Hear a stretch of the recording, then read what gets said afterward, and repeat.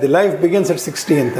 ಅಂದರೆ ಹೊಸ ಜೀವನ 60 ಆದಮೇಲೆ ನಮಗೆ ಪ್ರಾರಂಭ ಆಗುತ್ತೆ. ಆಮೇಲೆ ಪ್ರತಿಯೊಬ್ಬ ಹಿರಿಯ ನಾಗರಿಕರು ಒಂದೊಂದು ಹವ್ಯಾಸಗಳಲ್ಲಿ ತಮ್ಮನ್ನು ತಾವೇ ತೊಡಗಿಸ್ಕೊಂಡ್ರೆ.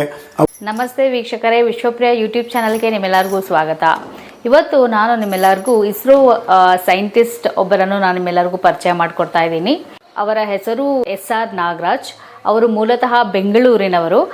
ಅವರ ವಿದ್ಯಾಭ್ಯಾಸ ಎಲ್ಲವೂ ಬೆಂಗಳೂರಿನಲ್ಲೇ ಮುಗಿಸಿದ್ದಾರೆ. ವೃತ್ತಿಯ ನಂತರ ಶ್ರೀಯುತ ಇವರು ಹಿರಿಯ ನಾಗರಿಕರಿಗೆ ಸಮಾಜ ಸೇವೆಗೋಸ್ಕರ ವಿದ್ಯಾರಣ್ಯಪುರದಲ್ಲಿ ಇರ್ತಕ್ಕಂತಹ ಡಿಗ್ನಿಟಿ ಫೌಂಡೇಶನ್ ಕಾಫಿ ಚಾವಡಿಯನ್ನು 2010ರಲ್ಲಿ ಅವರು ಪ್ರಾರಂಭಿಸ್ತಾರೆ. ಈ ಒಂದು ಫೌಂಡೇಶನ್ ಹಿರಿಯ ನಾಗರಿಕರಿಗೋಸ್ಕರ ಸೇವೆಯನ್ನು ಸಲ್ಲಿಸ್ತಾ ಬರ್ತಾ ಇದೆ. ಶ್ರೀಯುತರು ಅನೇಕ ಶಾಲಾ ಕಾಲೇಜುಗಳಲ್ಲಿ ಹಾಗೆ ಹಿರಿಯ ನಾಗರಿಕ ಸಂಸ್ಥೆಗಳಲ್ಲಿ ಉಪನ್ಯಾಸಗಳು ಹಾಗೆ ಪ್ರಸ್ತುತಿಗಳನ್ನು ಅವರು ನೀಡುತ್ತಾ ಬಂದಿದ್ದಾರೆ. ಇವರ ಇತರ ಹವ್ಯಾಸಗಳು ಕ್ರಿಕೆಟ್, ಫೋಟೋಗ್ರಫಿ, ಪ್ರವಾಸ, ಸಂಗೀತ, ಕರೋಕೆ ಸಂಗೀತ ಹಾಗೆ ವಿಷಯ ಸಂಗ್ರಹಣೆ ಹಾಗೂ ಹಂಚುವಿಕೆ. ಇವರು ಸ್ನೇಹಮಯವಾದ ಒಂದು ಜೀವನವನ್ನು ನಡೆಸುವುದಕ್ಕೆ ಇಷ್ಟಪಡ್ತಾರೆ. ಇನ್ನೂ ಇತ್ಯಾದಿ. ಇಂತಹ ಗಣ್ಯ ವ್ಯಕ್ತಿಯು ನಮ್ಮ ಕಾರ್ಯಕ್ರಮದಲ್ಲಿ ಬಂದಿರೋದು ನಮ್ಮ ಪುಣ್ಯ. ನಿಮ್ಮ ಎಲ್ಲರಿಗೂ ಒಂದು ಒಳ್ಳೆಯ ವಿಚಾರವು ತಿಳಿಯಲಿದೆ. ಈ ಒಂದು ಅದ್ಭುತವಾದ ಒಂದು ಹಿರಿಯ ನಾಗರಿಕರ ಬಗ್ಗೆ ಅದರ ಬಗ್ಗೆ ನಿಮ್ಮ ಮುಂದೆ ಪ್ರಸ್ತುತಪಡಿಸ್ತೀವಿ. ಎಲ್ಲರೂ ಈ ಪೂರ್ಣ ವಿಡಿಯೋವನ್ನು ನೋಡಿ ಪ್ರೋತ್ಸಾಹಿಸಿ. ಗಣ್ಯ ವ್ಯಕ್ತಿಯಾದಂತಹ SR ನಾಗರಾಜನ್ನು ಈ ಕಾರ್ಯಕ್ರಮಕ್ಕೆ ಸ್ವಾಗತಿಸೋಣ. ಬನ್ನಿ, ತಡ ಮಾಡದೆ ವಿಡಿಯೋ ಒಳಗಡೆ ಹೋಗೋಣ. SR ನಾಗರಾಜ್ ಅವರು ನಮ್ಮ ಕಾರ್ಯಕ್ರಮಕ್ಕೆ ಬಂದಿದ್ದಾರೆ. ಅವರನ್ನು ನಮ್ಮ ಕಾರ್ಯಕ್ರಮಕ್ಕೆ ಸ್ವಾಗತಿಸೋಣ. ನಮಸ್ಕಾರ ಸರ್, ಕಾರ್ಯಕ್ರಮಕ್ಕೆ ಸ್ವಾಗತ. ನಮಸ್ಕಾರ ಮೇಡಮ್. ಕಾರ್ಯಕ್ರಮದಲ್ಲಿ ನಿಮ್ಮ ಕಿರುಪರಿಚಯದೊಂದಿಗೆ ಹಾಗೆ ಇವತ್ತು ನೀವು ಹಿರಿಯ ನಾಗರಿಕರ ಬಗ್ಗೆ ಯಾವ ವಿಚಾರವನ್ನು ನಮ್ಮೆಲ್ಲರಿಗೂ ತಿಳಿಸ್ಕೊಡ್ತಾ ಇದ್ದೀರಾ ಅಂತ ಅದರ ಬಗ್ಗೆ ಮಾತಾಡಬೇಕು ಅಂತ ನಾವೆಲ್ಲರೂ ತಿಳ್ಕೊತಾ ಇದ್ದೀವಿ. ವೀಕ್ಷಕರಿಗೆಲ್ಲ ನಮಸ್ಕಾರ. ನಮಸ್ಕಾರ ಮೇಡಮ್. ನಮಸ್ಕಾರ ಸರ್. ಧನ್ಯವಾದಗಳು. ನನ್ನ ಹೆಸರು SR ನಾಗರಾಜ್ ಅಂತ. ನಾನು ವಿದ್ಯಾರಣ್ಯಪುರದ ನಿವಾಸಿ. ನಾನು ಬೆಂಗಳೂರಲ್ಲೇ ಹುಟ್ಟಿ ಬೆಳೆದಿದ್ದು. ಬೆಂಗಳೂರಲ್ಲೇ ಎಲ್ಲ ನನ್ನ ವಿದ್ಯಾಭ್ಯಾಸ ಎಲ್ಲ ಮುಗಿಸಿ ನಾನು BSc ಮಾಡಿದೆ ನ್ಯಾಷನಲ್ ಕಾಲೇಜಲ್ಲಿ. ಆಮೇಲೆ ಟಾಟಾ ಇನ್ಸ್ಟಿಟ್ಯೂಟಲ್ಲಿ ಇಂಜಿನಿಯರಿಂಗ್ ಮಾಡಿದೆ, ಎಲೆಕ್ಟ್ರಿಕಲ್ ಕಮ್ಯುನಿಕೇಷನ್ ಇಂಜಿನಿಯರಿಂಗ್. ಅದಾದಮೇಲೆ ಇಸ್ರೋಗೆ ಜೂನಿಯರ್ ಇಂಜಿನಿಯರಾಗಿ ಸೇರಿಕೊಂಡು 37 ವರ್ಷ ಸರ್ವಿಸ್ ಆಯಿತು. ಅದರಲ್ಲಿ ಇಸ್ರೋ ಅಂದರೆ ಗೊತ್ತಲ್ಲ ನನಗೆ, ಇಂಡಿಯನ್ ಸ್ಪೇಸ್ ರಿಸರ್ಚ್ ಆರ್ಗನೈಸೇಷನ್. ಅದರಲ್ಲಿ ಆರ್ಯಭಟ ಪ್ರಾಜೆಕ್ಟ್ಗೆ ನಾನು ಮೊದಲನೇ ಪ್ರಾಜೆಕ್ಟ್ಗೆ ಅಲ್ಲಿ ಸೇರಿಕೊಂಡಿದ್ದು. ಅದಾದಮೇಲೆ 37 ವರ್ಷ ಸರ್ವಿಸ್ ಹಾಕಿ 2009ರಲ್ಲಿ ನಾನು ನಿವೃತ್ತಿ ಆದೆ. ಈ ಅವಧಿಯಲ್ಲಿ ಸುಮಾರು ಒಂದು 22 ಉಪಗ್ರಹಗಳಲ್ಲಿ, ಭಾರತೀಯ ಉಪಗ್ರಹಗಳಲ್ಲಿ ಆರ್ಯಭಟದಿಂದ ಹಿಡಿದು ಚಂದ್ರಯಾನ 1 ತನಕ ನಾನು ಎಲ್ಲ ಉಪಗ್ರಹಗಳಲ್ಲೂ ಕೆಲಸ ಮಾಡಿದ್ದೇನೆ. ಇಂಜಿನಿಯರಾಗಿ ಕೆಲಸ ಮಾಡಿದ್ದೇನೆ. ಬೇರೆ ಬೇರೆ ಬೇರೆ ಪೊಸಿಷನ್ಸಲ್ಲಿ ಬೇರೆ ಬೇರೆ ರೀತಿಯಲ್ಲಿ ಕೆಲಸ ಮಾಡಿದ್ದೀನಿ. ಅದಾದ ಮೇಲೆ ಈಗ 2009ರಲ್ಲಿ ರಿಟೈರ್ಡ್ ಆದಮೇಲೆ ನಾನು ನನಗೆ ಗೊತ್ತಿಲ್ಲದಂಗೆ ಹಿರಿಯ ನಾಗರಿಕರ ಒಂದು ಕ್ಷೇಮಾಭಿವೃದ್ಧಿ ಹಾಗೆ ಒಂದು ಸಮಾಜ ಸೇವೆಯಲ್ಲಿ ನನ್ನನ್ನು ನಾನೇ ತೊಡಗಿಸ್ಕೊಂಡಿದ್ದೀನಿ. ಇದುವರೆಗೆ ಸುಮಾರು 14 ವರ್ಷಗಳಿಂದ, ಅಂದರೆ 2010ರಿಂದ ನಾನು ಹಿರಿಯ ನಾಗರಿಕರ ಒಂದು ಈ ಸಮಾಜ ಸೇವೆಯಲ್ಲಿ ಡಿಗ್ನಿಟಿ ಫೌಂಡೇಶನ್ ಅಂತ ವಿದ್ಯಾರಣ್ಯಪುರದ ಸ್ಥಾಪನೆ ಆಯಿತು. ಅದನ್ನು ನಾನೇ ನಮ್ಮ ಸ್ನೇಹಿತರ ಒಂದು ಸಪೋರ್ಟಿಂದ ನಾವೆಲ್ಲ ಪ್ರಾರಂಭ ಮಾಡಿದ್ವಿ. ಆವತ್ತಿಂದ ಇವತ್ತಿನ ತನಕ ಎಲ್ಲ ಚೆನ್ನಾಗಿ ನಡ್ಕೊಂಡು ಬರ್ತಾ ಇದೆ. ನಾವು ಪ್ರತಿದಿನ ಮೀಟ್ ಮಾಡ್ತೀವಿ, ಸೋಮವಾರದಿಂದ ಶುಕ್ರವಾರ ತನಕ. ಈ ನಿಟ್ಟಿನಲ್ಲಿ ಹಿರಿಯ ನಾಗರಿಕರ ಒಂದು ಅವರ ಸೆಕೆಂಡ್ ಇನ್ನಿಂಗ್ಸ್ ಅಂತ ಕರಿತೀನಿ ನಾನು. ಅವರ ಜೀವನದ ಬಗ್ಗೆ ಬೇಕಾದಷ್ಟು ಅಧ್ಯಯನ ಮಾಡಿದ್ದೀನಿ, ಸಾಕಷ್ಟು ಅನುಭವಗಳನ್ನ ಪಡೆದಿದ್ದೀನಿ. ಅದರ ಬಗ್ಗೆ ಇವತ್ತು ನಿಮ್ಮ ಮುಂದೆ ಹಂಚ್ಕೋಬೇಕು ಅಂತ ಇವತ್ತು ನಾನು ನಿಮ್ಮ ಮುಂದೆ ಕೂತಿದ್ದೀನಿ. ಈ ವೃದ್ಧಾಪ್ಯ ಜೀವನ ಅಂದರೆ ಏನು, ಈ ವೃದ್ಧರು ಅಂದರೆ ಯಾರು ಅಂತ ನಮಗೆಲ್ಲರಿಗೂ ತಿಳಿಸ್ಕೊಡ್ಬೇಕು ಅಂತ ನಾವು ಕೇಳ್ಕೊತೀವಿ. ನೋಡಿ, ನಮ್ಮ ಜೀವನದ ಸ್ಪ್ಯಾನ್ ಅಂತಾರಲ್ಲ, ಆಯಸ್ಸು, ಅದು 100 ವರ್ಷ. ಆ 100 ವರ್ಷದಲ್ಲಿ ಮೊದಲನೇ 60 ವರ್ಷದಲ್ಲಿ ಪ್ರತಿಯೊಬ್ಬ ಮನುಷ್ಯನು ಬಾಲ್ಯ, ಹಾಗೆ ವಿದ್ಯಾಭ್ಯಾಸ ಜೀವನ, ಆಮೇಲೆ ಯೌವನ, ಆಮೇಲೆ ವೃತ್ತಿ ಜೀವನ, ಇದೆಲ್ಲ ಆಗುವಷ್ಟೊತ್ತಿಗೆ 60 ವರ್ಷ ಆಗುತ್ತೆ. ಅವರೇನಾದರೂ ಕೆಲಸ ಮಾಡ್ತಾಯಿದ್ರೆ, ಅವರು ಯಾವುದಾದ್ರು ವೃತ್ತಿಯಲ್ಲಿದ್ದರೆ 60 ವರ್ಷಕ್ಕೆ ಬೆಲ್ ಹೊಡೆದಂಗೆ ರಿಟೈರ್ಡ್ ಆಗ್ತಾರೆ. ಅವರು ರಿಟೈರ್ಡ್ ಆದಮೇಲೆ ಕಂಪಲ್ಸರಿಯಾಗಿ ಮನೆಗೆ ಬರಲೇಬೇಕು. ಕೆಲಸ ಮಾಡದೇ ಇರೋರು 60 ವರ್ಷ ಆದಮೇಲೆ ಅವರು ವೃದ್ಧರು ಅನ್ನಿಸ್ಕೊತಾರೆ. ಈ 60 ವರ್ಷ ಆದಮೇಲೆ ಇದೆಯಲ್ಲ ಅವಧಿ, ಅದನ್ನು ವೃದ್ಧಾಪ್ಯ ಅಂತ ಕರೀತಾರೆ. ಈ ಕೆಲಸ ಮಾಡ್ತಿರೋರು ಕಂಪಲ್ಸರಿಯಾಗಿ ರಿಟೈರ್ಡ್ ಆಗಬೇಕು.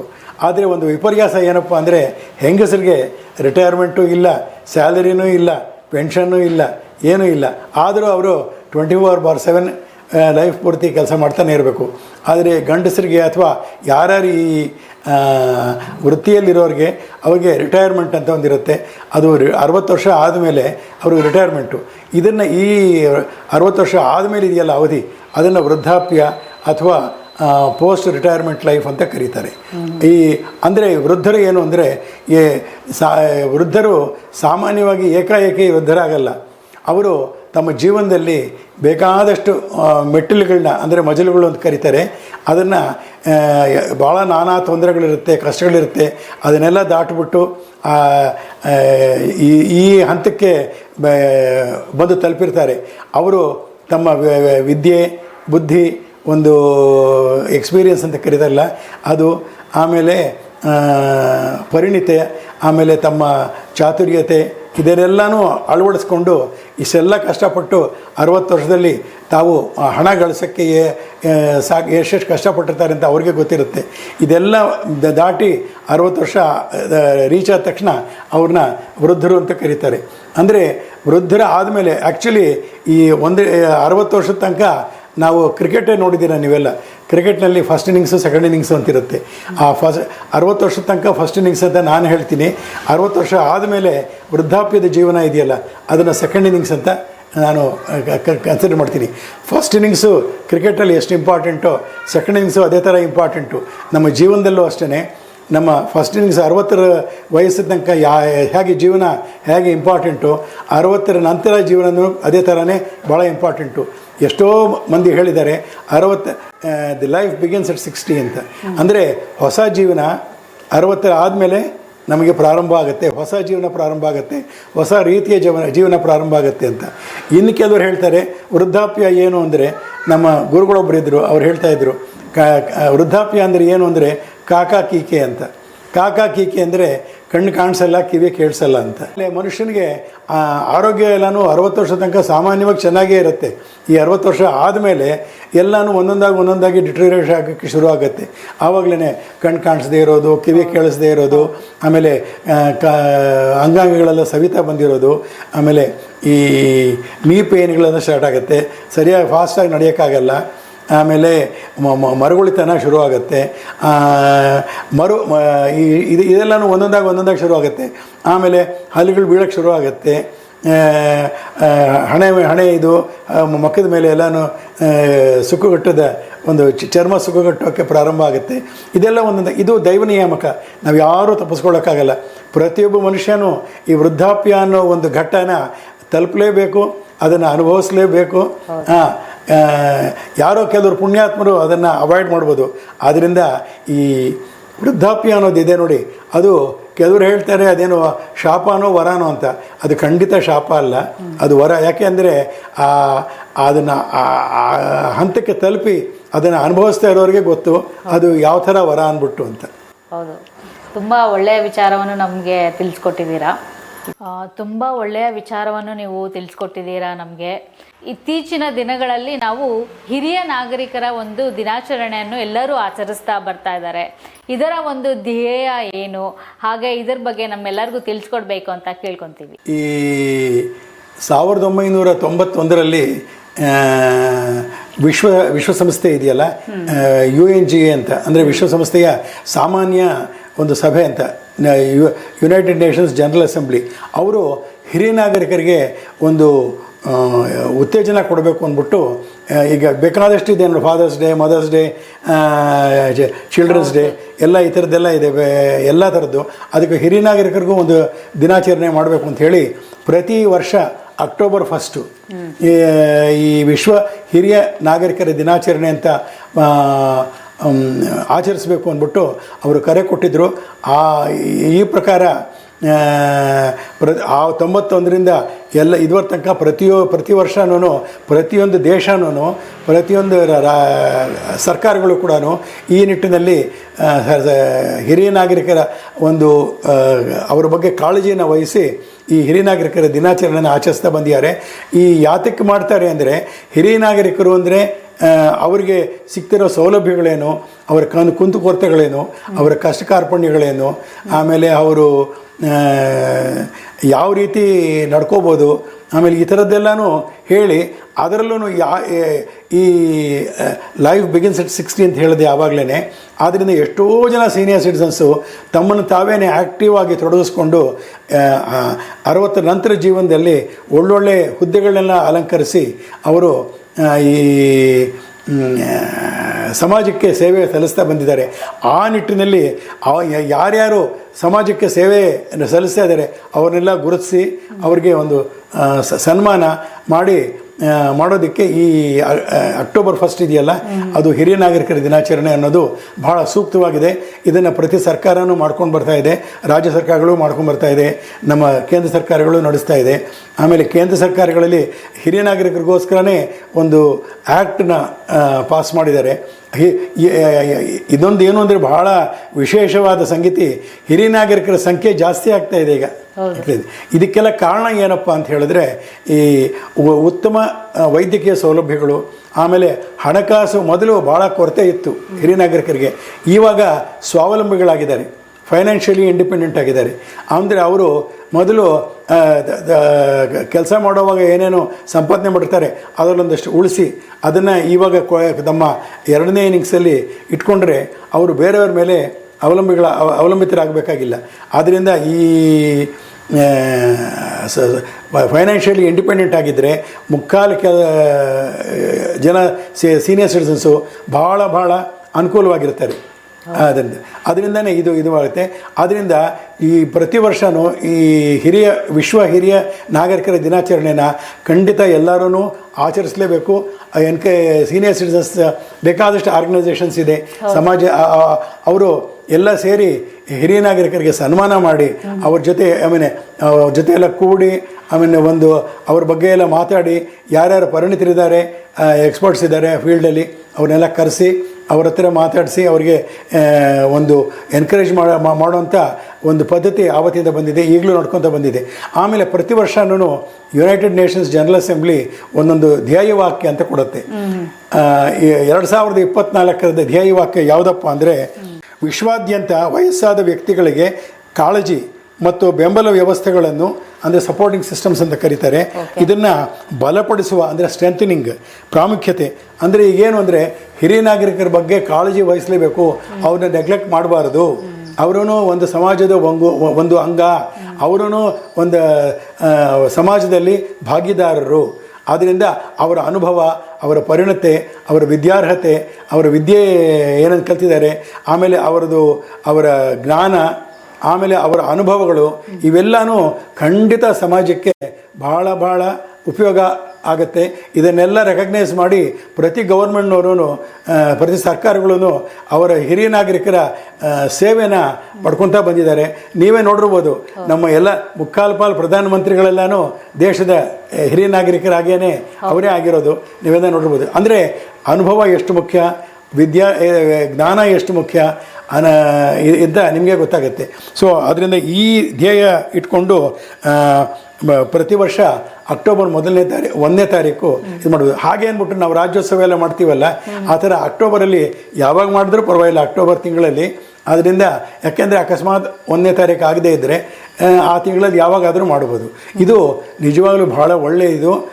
ಹಿರಿಯ ನಾಗರಿಕರೆಲ್ಲ ಇದನ್ನೆಲ್ಲನೂ ನೋಡಿ ಅವರೂ ತಮ್ಮನ್ನು ತಾವೇ ಒಂದು ಸಮಾಜ ಸೇವೆಯಲ್ಲಿ ಏನೋ ತಮ್ಮ ಕೈಲಾಗಿದ್ದುದು.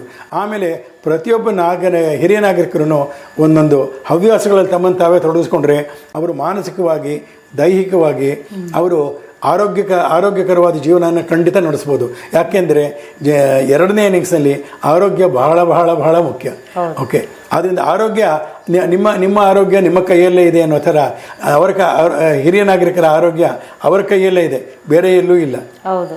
ಈ ಒಂದು ಹಿರಿಯ ನಾಗರಿಕರ ದಿನಾಚರಣೆಯ ಒಂದು ಮಹತ್ವ ಹಾಗೂ ಯಾವಾಗ ಮಾಡ್ತಾರೆ ಅನ್ನೋದು ಕೇಳಿದೆ. ಆಮೇಲೆ ಇದನ್ನೇ ಹೇಳಿದ್ನಲ್ಲ ಧ್ಯೇಯ ವಾಕ್ಯ ಏನು ಅಂದರೆ ಅದಕ್ಕೆ ಸಪೋರ್ಟಿಂಗ್ ಸಿಸ್ಟಮ್ಸ್ ಅಂತಾರೆ.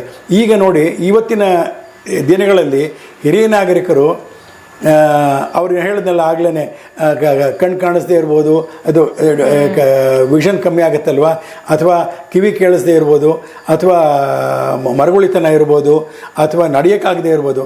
ಈಗ ಪ್ರತಿಯೊಂದಕ್ಕೂ ಒಂದೊಂದು ಟೆಕ್ನಾಲಜಿ ಎಷ್ಟು ಅಡ್ವಾನ್ಸ್ ಆಗಿದೆ ಅಂದರೆ ಎಲ್ಲದಕ್ಕೂ ಇದೆ.